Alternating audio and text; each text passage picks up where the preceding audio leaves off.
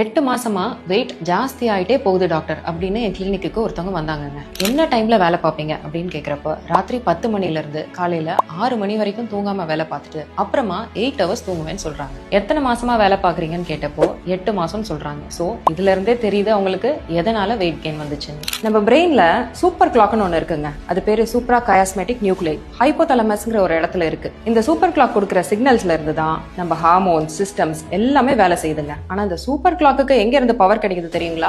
சன்லைட்ல இருந்து. So sunlight இருக்கிற டைம்ல சில ஹார்மோன் செக்ரீட் ஆகும், இருட்டுல அதாவது நைட் டைம்ல சில ஹார்மோன் செக்ரீட் ஆகும். இந்த சூப்பர் கிளாக்கு சன்லைட் இல்லாத டைம் அதாவது நைட்ல செயற்கையான முறையில வெளிச்சம் கொடுத்தீங்கன்னா அதோட சிக்னல்ஸ் எல்லாம் மாறி போயிருங்க.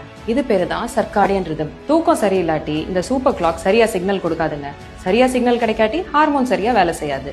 அதனால என்ன ஆகும்? வெயிட் கெயின் மட்டும் இல்லைங்க, thyroid issues, periods problem, fertility issues, இன்னும் பல ஹெல்த் இஷ்யூஸ் வரக்கூடிய சான்சஸ் இருக்குங்க. நீங்க என்னதான் காம்பன்சேட் பண்ணி டே டைம்ல 8 ஹவர்ஸ் தூங்கினாலும் நைட் டைம்ல 8 ஹவர்ஸ் தூங்குறது தான் ஐடியலான ஸ்லீப் டைம்.